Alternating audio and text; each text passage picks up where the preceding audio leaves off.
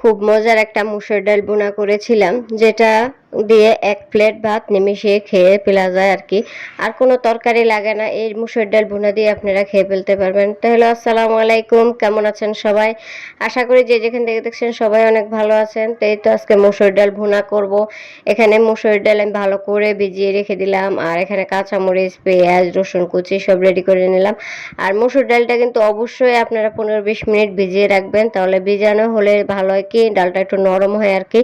আর এখানে যে রান্না বসিয়ে দিলাম, এখানে পেঁয়াজ কুচি আর রসুন কুচি আর হচ্ছে একটা তেজপাতা দিলাম, আর এই তো হলুদ গুঁড়ো আর রসুন বাটা, একটু জিরা বাটা, একটু আদা বাটা দিয়ে দিলাম। আর রসুন যেহেতু কুচি দেওয়া হয়েছে, তাহলে রসুন বাটাটা খুব কম দেওয়া হবে, কারণ পরে দেখা যায় রসুন একটা গন্ধ আসবে আর কি।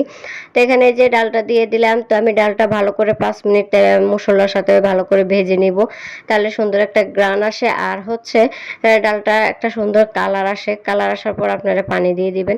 এই তো পানি দিয়ে দিলাম, তো আমি আর একটু পানি দিব, যেহেতু পানি একটু কম হয়েছে। আর ডালের মধ্যে কিন্তু পানি বেশিও দেওয়া যাবে না, আবার কমও দেওয়া যাবে না। তো পরে কাঁচামরিচ দিয়ে দিলাম, কাঁচামরিচটা পানি দেওয়ার পরে দিলে হয় কি কাঁচামরিচের কালারটা সবুজ থাকবে, কালারটা নষ্ট হয় না। তো দেখেন কালারটা কত সুন্দর হয়েছে, তাই না? আর যদি ধনিয়া পাতা দিতে পারতাম তাহলে আরও ভালো হতো, তো যেহেতু নাই তা আর কি করব। তো ভিডিওটা কেমন লাগলো অবশ্যই কমেন্ট করে জানাবেন। তো সবাই ভালো থাকবেন, আল্লাহ হাফেজ।